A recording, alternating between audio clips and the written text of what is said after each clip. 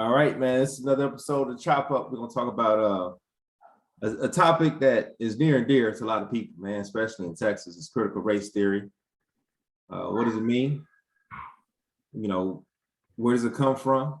And what's the way moving forward? Because that's really important, man. Really break this thing down, not get caught up in the hype.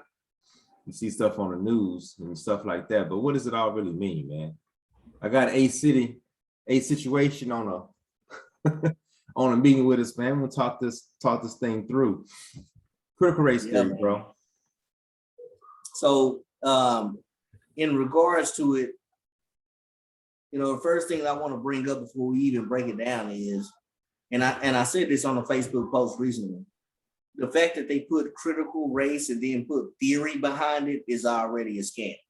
Theory. Now everybody knows the definition of a theory, which basically means that there's enough evidence to prove that it might be true, but it's not a fact yet. So in other words, a theory is and a lot of good things have came out of theories, but in this particular instance, putting theory behind white supremacy or the thought that racism has constructed the infrastructure of this country and putting theory behind it, that's a joke in itself. It shouldn't be called critical race theory. It should just be called white supremacy.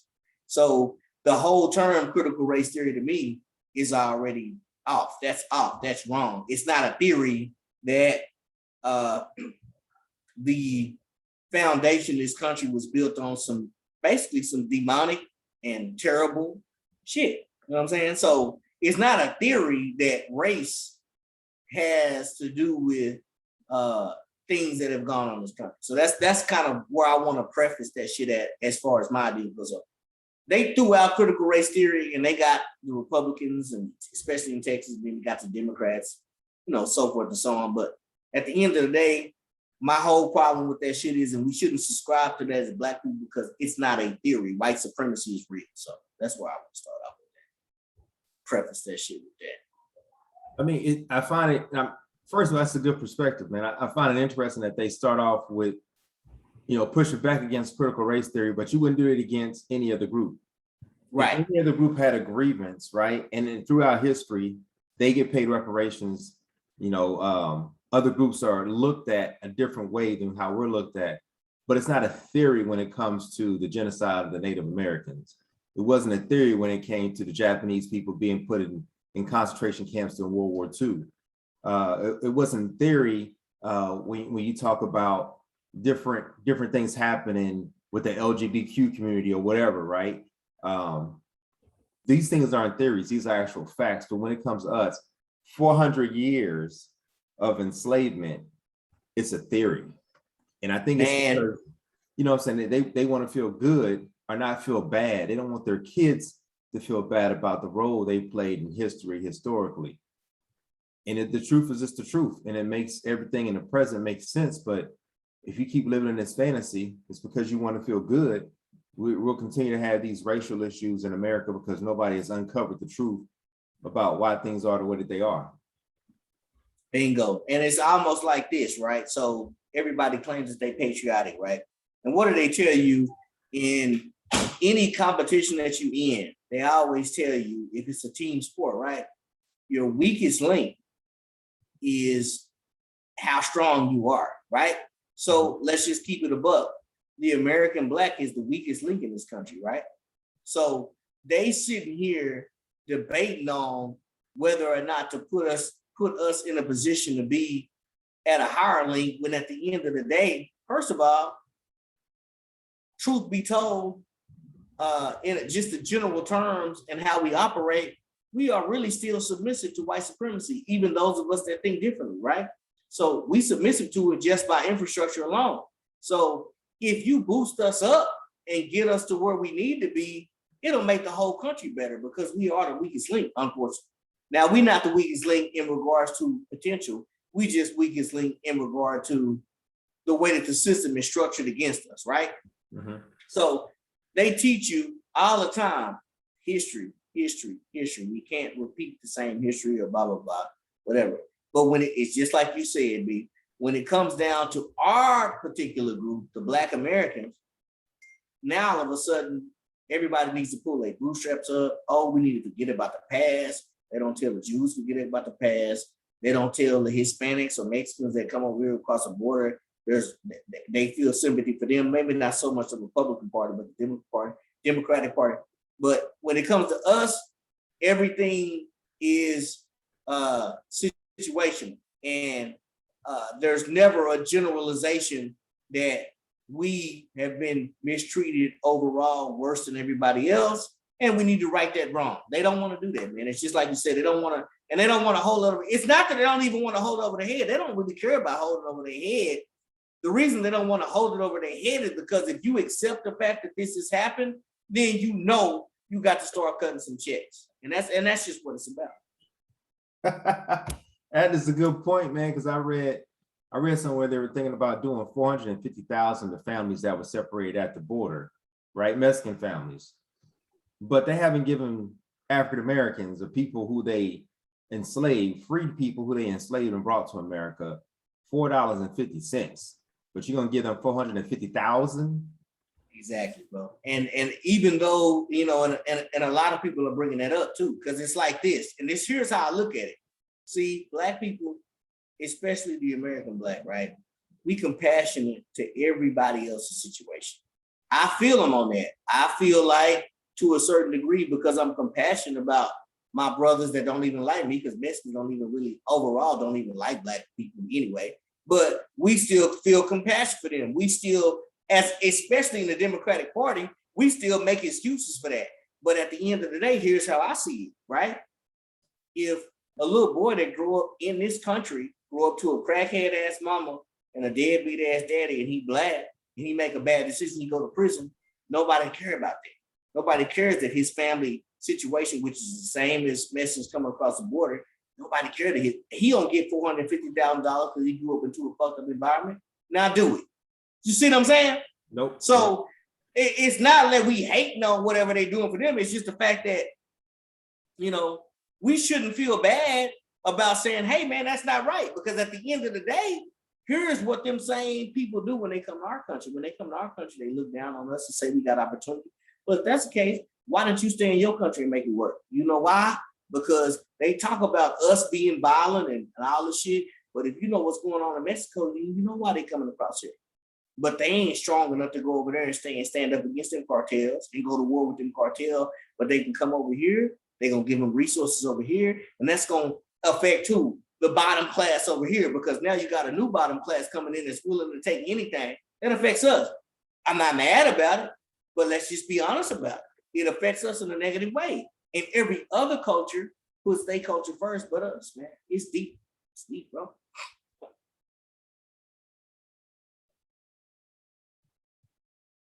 I'm missing you. You blanking out. Can I hear you? Can you hear me? I'm sorry, man. I had to break, man. My little girl's in the kitchen. I had to tell her I made some food for her. But anyway, I'm listening. Yeah, but yeah, man. So it's so deep to the point to where, and it just goes back to what you said, man. You summarize it so perfectly. When it comes down to every other group or culture that have experienced a negative side effect from this country, it's never a theory, it's a fact. The Native Americans, that's a fact. Everything's a fact when it comes up. And then this is why, and I hate to get into this, but I'm gonna say what I got to say. This is why the Democratic Party, man, for Black people that's tied to the Democratic Party at the rib, at this point, you're a damn fool.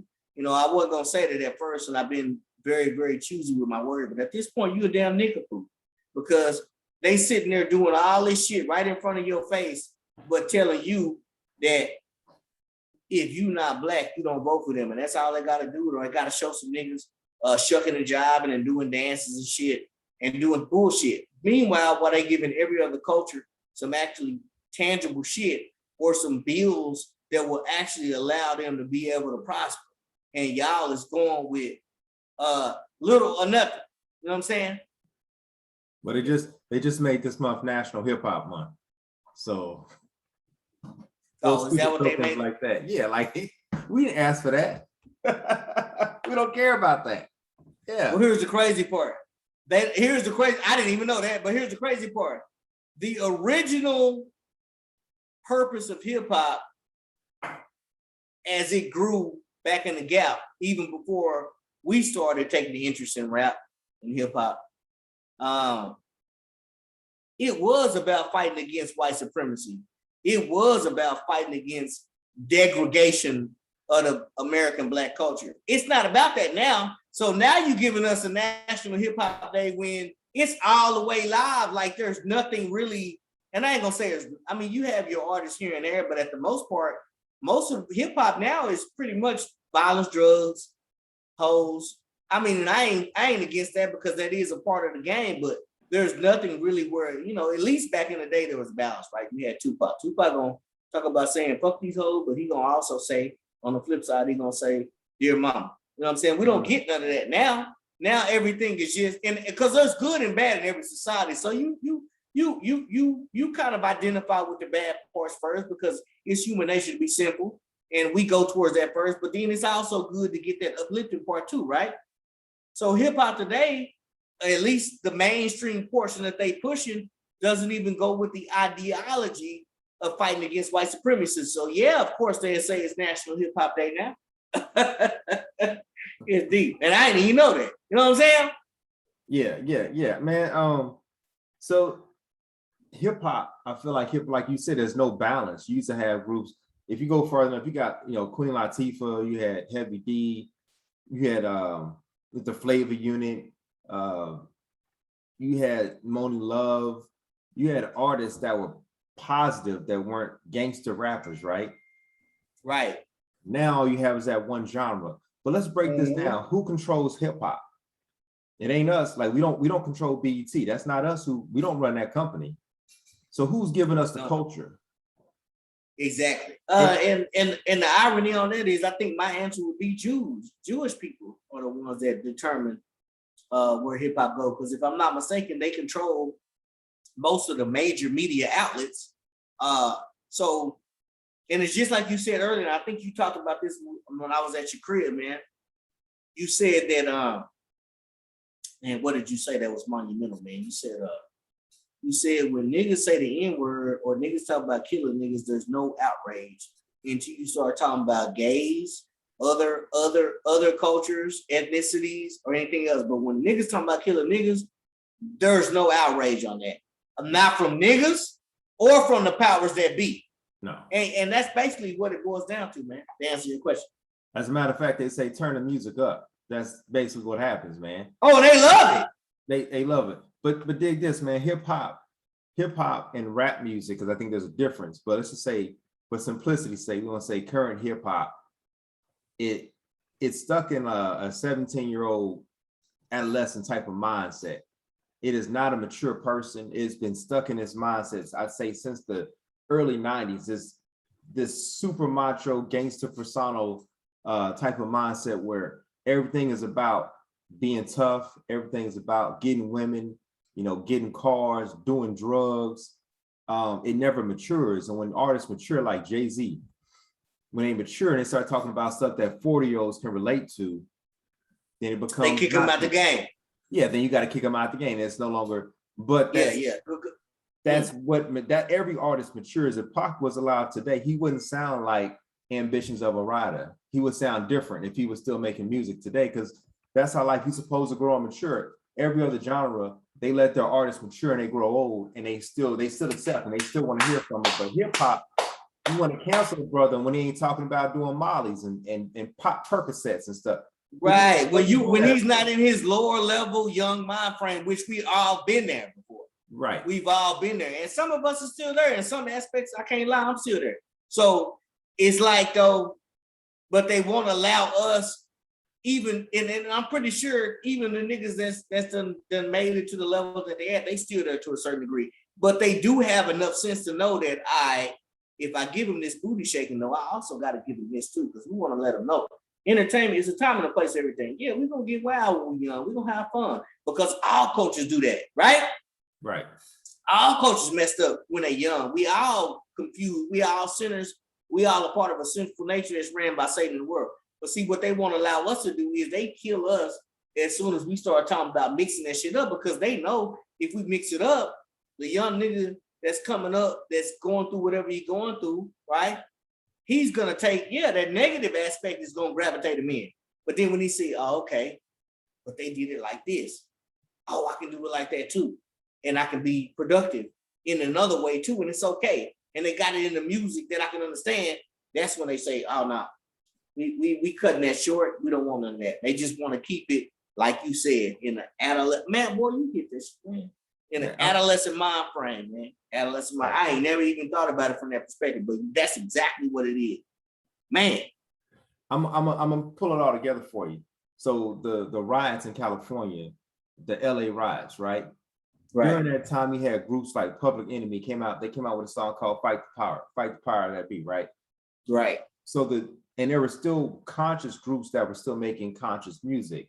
Well, you see what happened after that happened, after they killed that girl at the convenience store, how they rioted and burned stuff up, because the youth and the culture was still conscious minded. I'm gonna go further back than that. Malcolm X, he was a street guy when he was before he was Malcolm X. Malcolm X, he was like something red or something, right? Right. And he was from the streets. He went to jail and he became politically minded. And when he came out of jail, he was able to not only get new people from the streets to follow him, but he was also able to touch the masses of people who weren't from the streets, because now he was educated. So he was street enough to relate to the people on the corner, but smart enough to talk to people in the boardroom. And that was a threat, because when he came out, he did what? He recruited more people like him to think politically, consciously, to make different moves. It was uplifting. It wasn't tearing down the community. He was trying to bring people out of a slumber.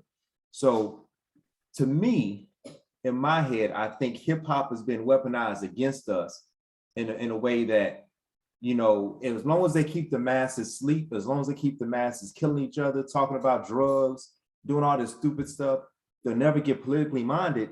They'll never read a book. They'll never become conscious. They'll never become a threat. They'll never bring together the Black family. Yeah, I mean, and that's basically what it boils down to. And that's one, and it's funny too, because it's layered. So it's multifaceted in the sense that that's just one of it. That's just one big portion of the ultimate plan, meaning that they know, you know, something about music with everyone. Something about music with everyone. Music, unfortunately, you know what I'm saying? The vibrations, the rhythms, the sounds, the message behind it resonates with people in general. You know what I'm saying? Mm-hmm. And it's just like you said, if you don't have anything else to counteract that with reality and what you really need to be doing, and you can't really separate this false equivalency from actual reality, then yeah, it's just like you said, it's weaponized against us, and it's one of many weapons against us, man. It's crazy. Because even those of us who are out of that mind state and into a more educated mind state, the political game is weaponized against us too. You know what I'm saying? So it's just deep, bro. It's deep. Oh yeah, man. You know, I was talking to people, man. I said, man, we had Hot Girl Summer. I think it was 2020. Was it 2020? Real hot girl stuff or whatever. And that sounded cool then, because everybody's making songs, you know, City Girls, Hot Girl, whatever.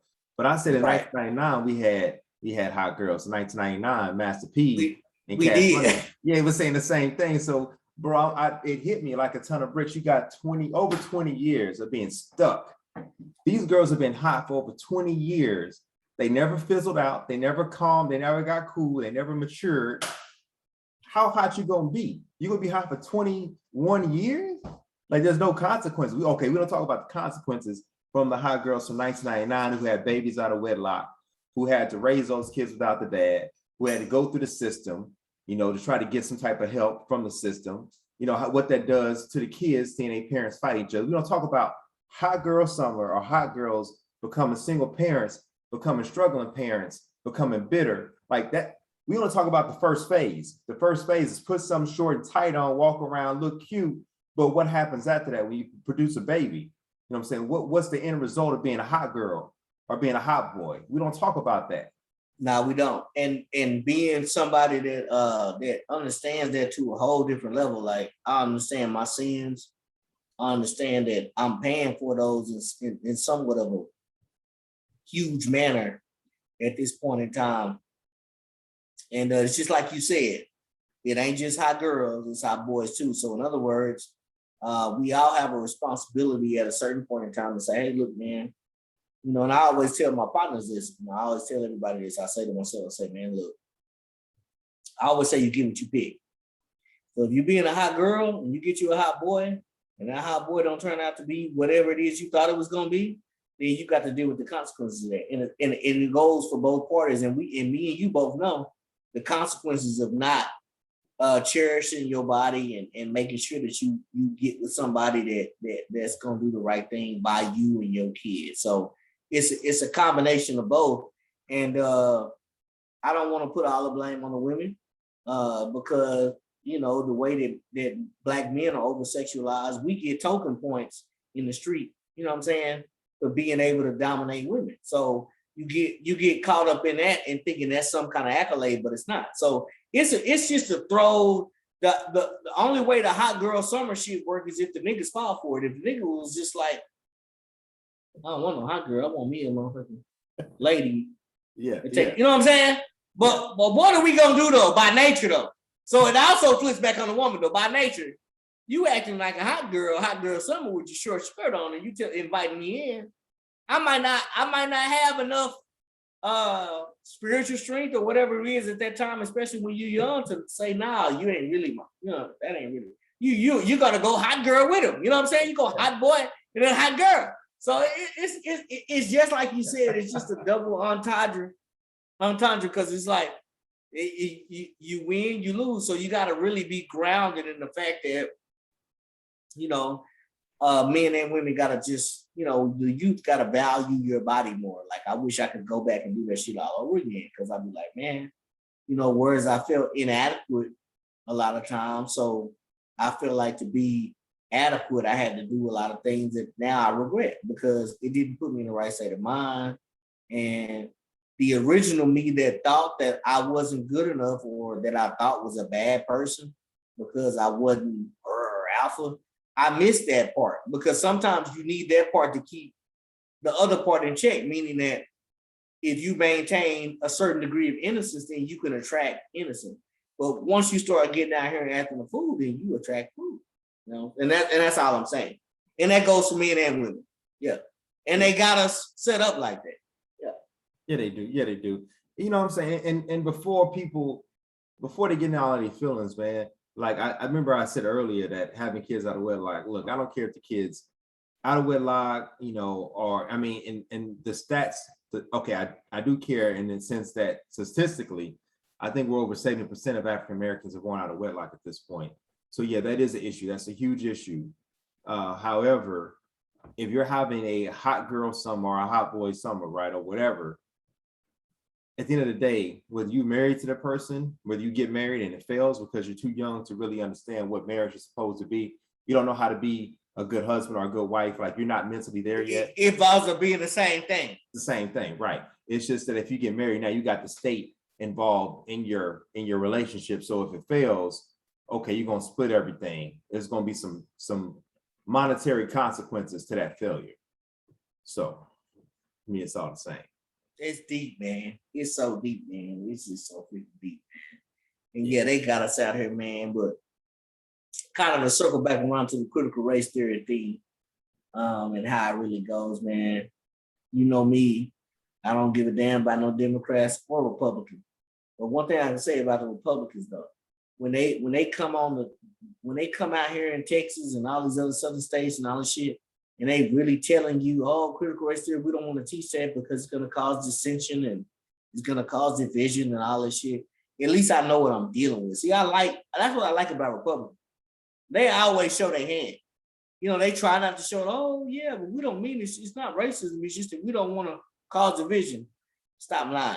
You know what I'm saying? But the thing about them is, though, you can see it, as opposed to the Democrats where they come on and they tell you they're going to do something for you if you vote for them, then do something for everybody else. To me, it's a worse spit in the face when I done vouched for you and I done voted for you and I done went out there and said, hey man, I expect this from you, and then you do everything for everybody else except me. So the good thing I like about the critical race theory though is that it's showing, it's really showing black people now. Black people should kind of realize like we don't have no allies in the political field. Like Republicans want to erase their history of doing niggas wrong and all that type of shit. They just want to bury that shit up on the ground like it didn't happen, right? Because they know if they don't bury it, eventually they got to pay for that, right?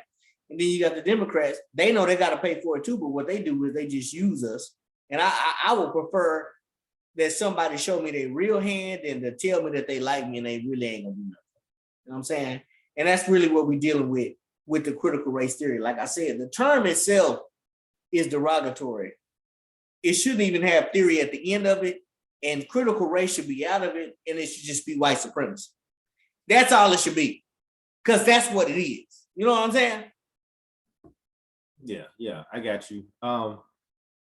Critical race theory, they say it's going to be divisive and it's going to cause a lot of, people to feel bad about stuff. But who are they talking about? They're not talking about you and me.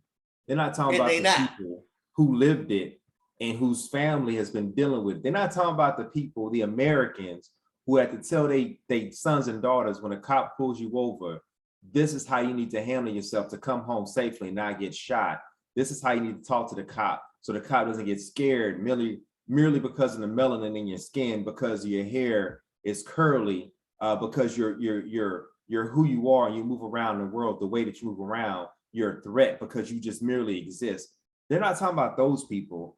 They're saying, I feel like they're saying, we don't want to make our sons and daughters aware of the truth about Christopher Columbus, about COINTELPRO, about Martin Luther King being under investigation and Coretta Scott King being under investigation. By who? By the FBI. They don't want to talk about the roles that America has played in these racist institutions and how everything was instituted, and because that will expose a lot of corruption. It'll take away the lie that Black people or African Americans are lazy, incompetent. We don't want any type of safe environment for our kids. We don't care about quality schools. Our neighborhoods are messed up because that's the way we want them. Our youth are out of control because that's who they are. We're not going to talk about the 20, 30 years you've been incarcerating Black males, taking Black men out of their families, taking away from their kids, their daughters and sons. We're not going to talk about that when we talk about the gang violence in Chicago or St. Louis or New Orleans. Where the dads at? Oh, you incarcerate all these Black men to get profit for prisons or prison for profit. We don't talk about that. We're just going to say these young kids are out of control because they're Black. We're not going to look at the issue critically. And the last time I checked, if you really want to understand something, you got to look at it. You got to look all the way at it. You got to break it down. You got to go from not a general understanding, not the basis, but a fundamental ground level understanding to get to the truth.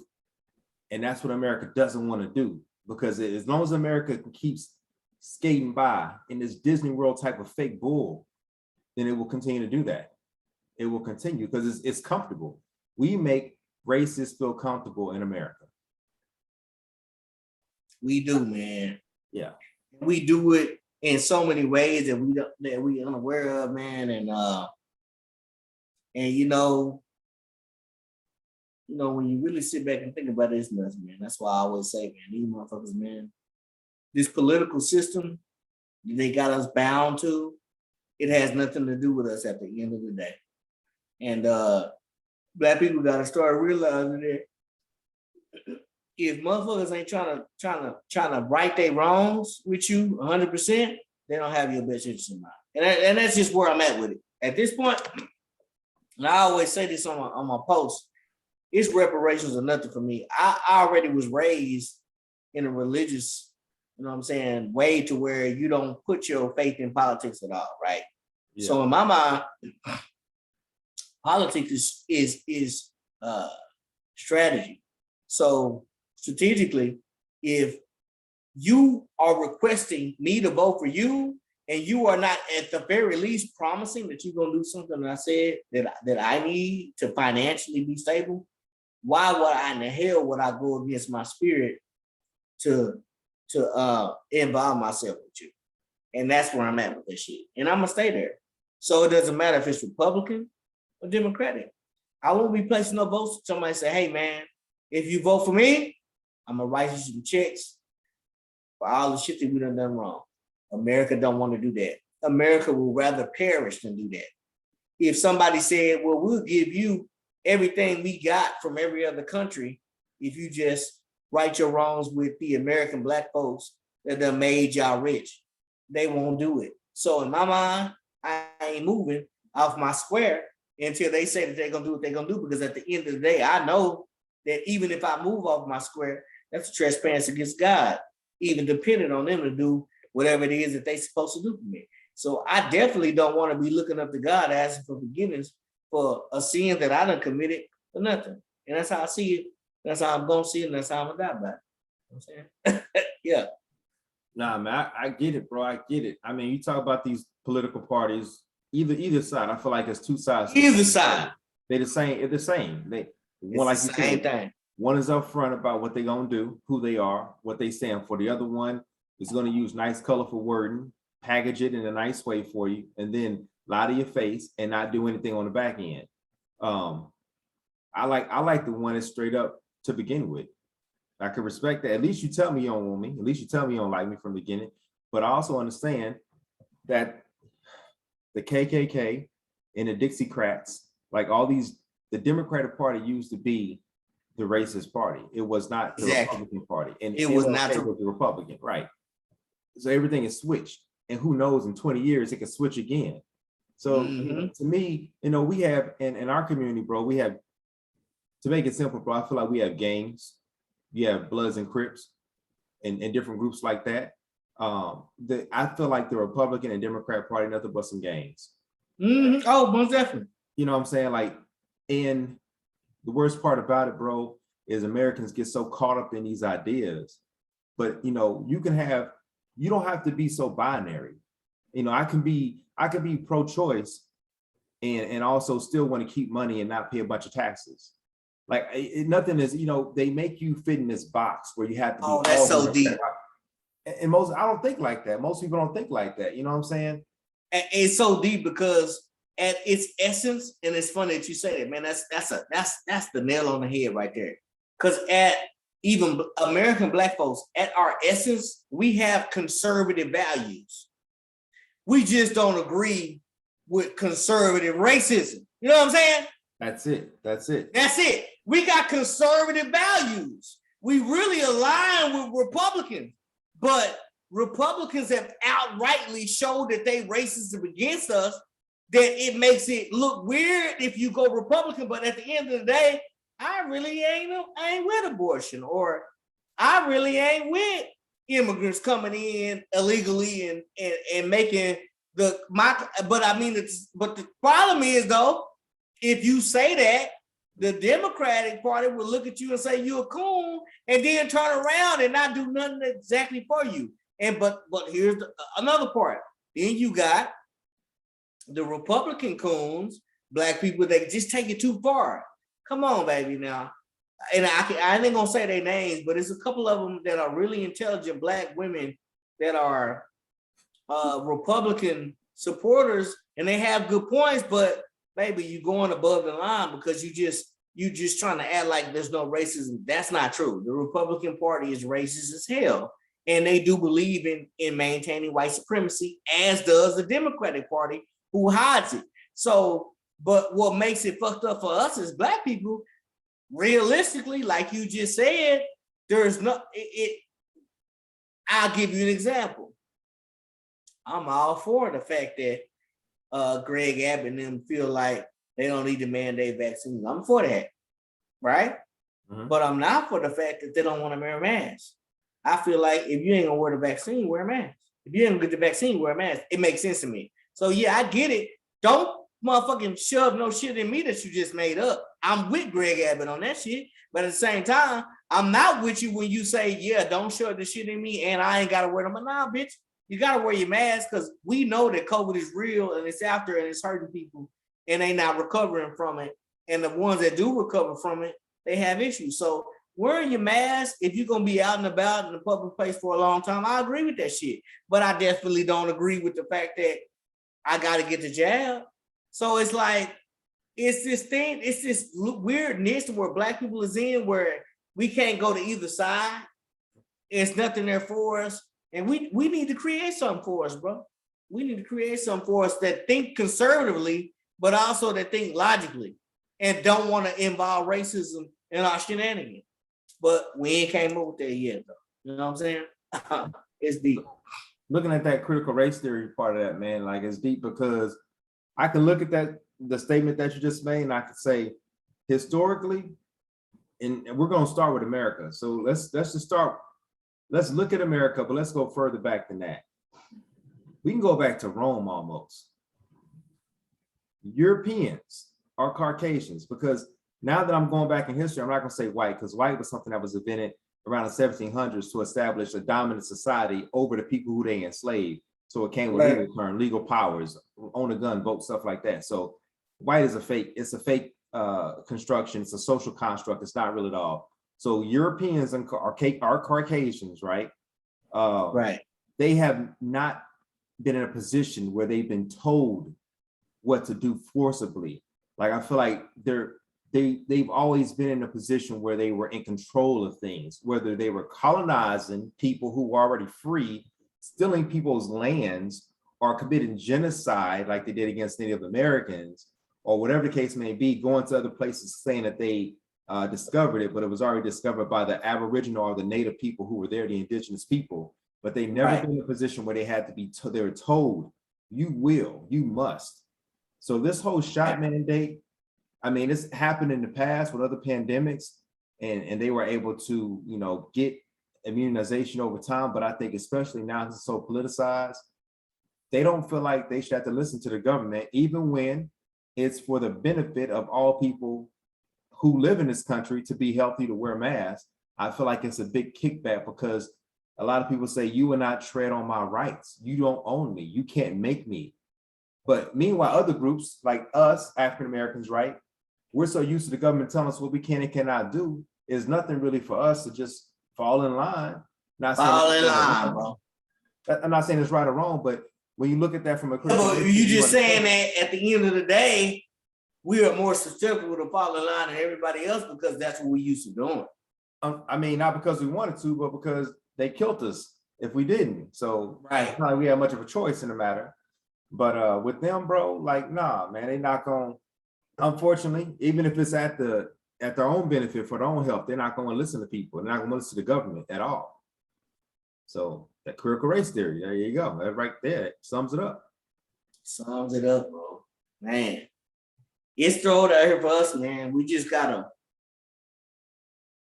it's kind of crazy because we just gotta do the best that we can, man, while we out here. You know what I'm saying?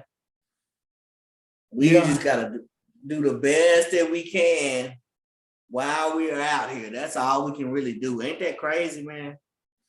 Yeah, man. When the smoke clears, bro, doesn't matter if you're talking about a Republican or Democrat. It doesn't matter, because at the end of the day, those are, I feel like, the people who have power. Those are their gains. That's not my gain. I don't get paid extra to align with this group or that group because most of the time they don't do anything for my people. So it doesn't matter if I'm red or blue, whatever, it don't matter. Like, you're not gonna do enough for my people, you're not gonna do much for me. So what does it really matter? And we talk about racism. I think the real thing in America is classism. I think classism is at the heart. I think America was built on the have and have nots. So the people at the bottom, the people who were indentured service and people who were enslaved, they're at the bottom. And America's built in a way where they got the head start for hundreds of years. And the people at the bottom, how dare them try to get to the middle or get to the top? So we're gonna put all these things in place to keep them at the bottom. And we're gonna say it's racist, but really it's class, because nobody's gonna check Jay-Z or Beyonce or Oprah Winfrey or any of these multimillionaire athletes when they go somewhere. Nobody's gonna treat them differently.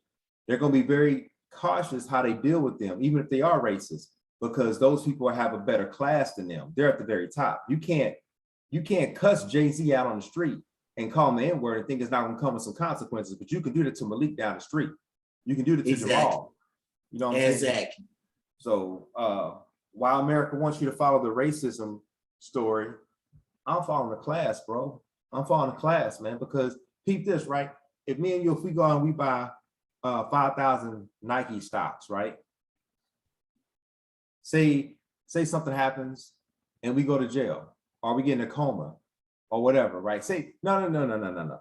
Say for whatever reason, the government takes away your ability to work, right? You got 5,000 shares in Nike. So you ain't worked in 5 years, right? While you're not working, those shares are going to continue to earn you money. But that type of frame, that type of thinking is something that they don't teach us. You have to read books to learn about stocks and investments and dividends. What they teach us is instead of spending $5,000 on the shares for Nike, you go out and you spend $5,000 on Jordans. And if you can't work for 5 years, them Jordans ain't make you much money, not as much as a stock for the company. When you own shares of the company, right? That's gonna make you more money, but they don't teach us that. So when we get locked up, you spend 5-10 years, your money, you're not making no money, but those shares will continue to make money for you. They will continue to pay dividends. They don't teach us that. That's 100% right, man. And you got to be locked in, like you said. You got to be in a different class of individual to understand that type of shit, so you can make them kind of moves. And we can make them kind of moves. You just, like I said, they know that the majority of us are going to be fooled by the thought process of looking like you have money as opposed to really having. And you hit the nail on the head. That is 100% true. Yes.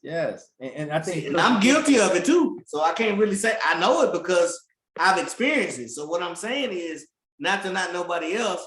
Anything I'm saying that comes from the experience of the fact that I've realized how at this age that I'm at, that how brainwashed I've been. So I'm coming to you from a brainwashed mind. So never feel bad about what we saying, because, and I can speak for myself on this, I'm coming from a brainwashed mind. I didn't know. I'm just now learning this shit at the age that I'm at. So I'm learning to do things different.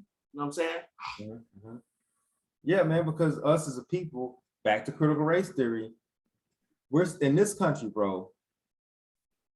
When you talk about the African experience or the African American experience, right? We're in a unique position. Unlike other people who were taken from Africa and enslaved around the world, dropped off in different spots around the world, we're in America. We're in the land of quote unquote opportunity. So a lot of things that we produce, like culture, like hip hop and stuff like that, or a lot of things we export, whether it's sports or whatever we're into, right? We kind of set the momentum for the rest of the world. They look up to us as trendsetters, right? They do. But with all that being said, we are in a constant state of survival. We're never able to play the game where we're on offense. We're always on defense. And when you're just trying to feed your family and feed yourself, you don't care about the stock market. You don't care about getting dividends or getting a return on your money in 5 years or 6 years, or like you need that instant gratification. You gotta cook dinner tonight.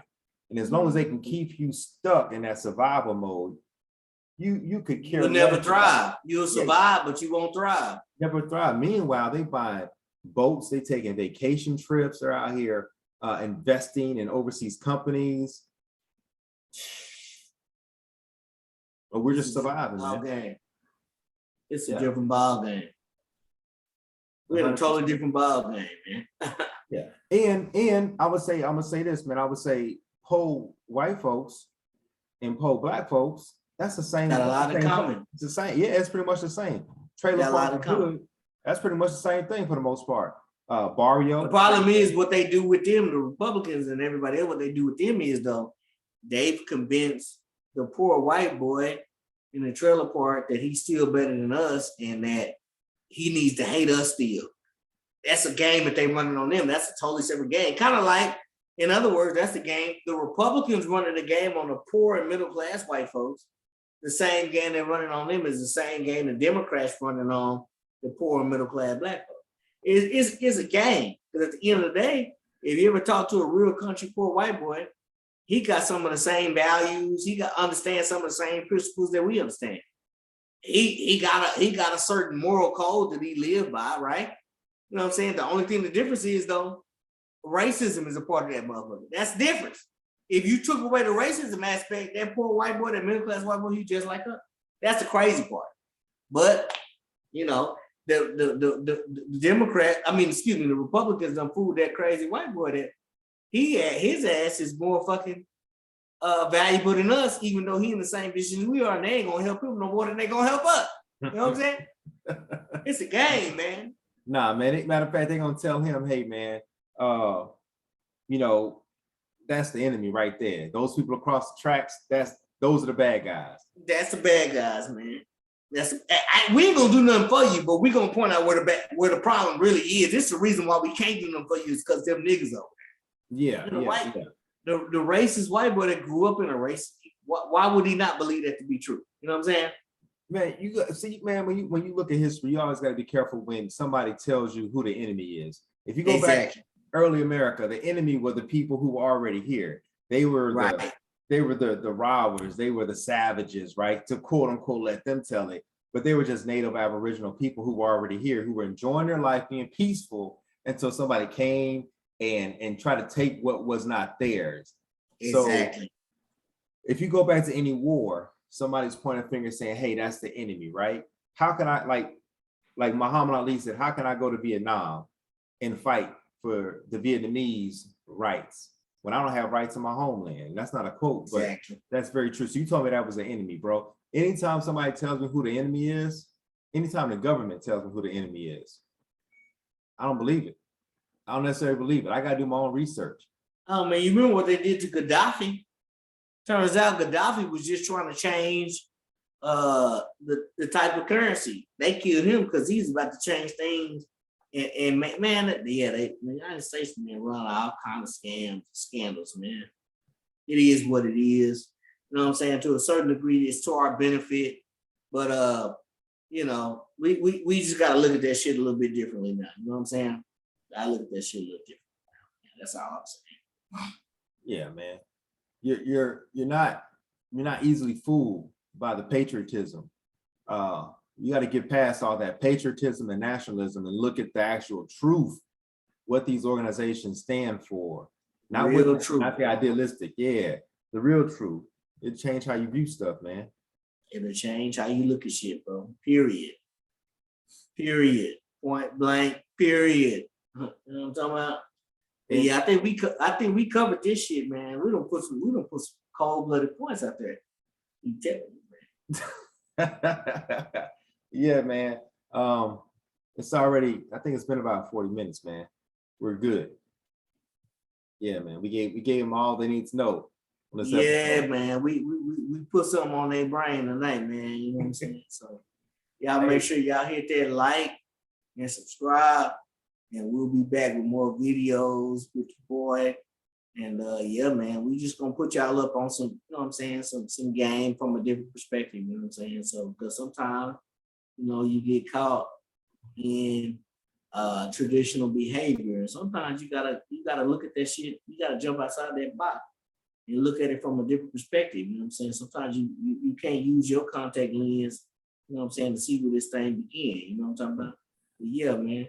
Appreciate my boy having me on, man. It's always great. Hey, man, next week we'll do this again, man. And next week, bro, it's easy as pie. You know what I'm saying? Sure. Easy as pie. For sure, man. All right, man. Just chop up. I'll holler at y'all later. Peace. Peace.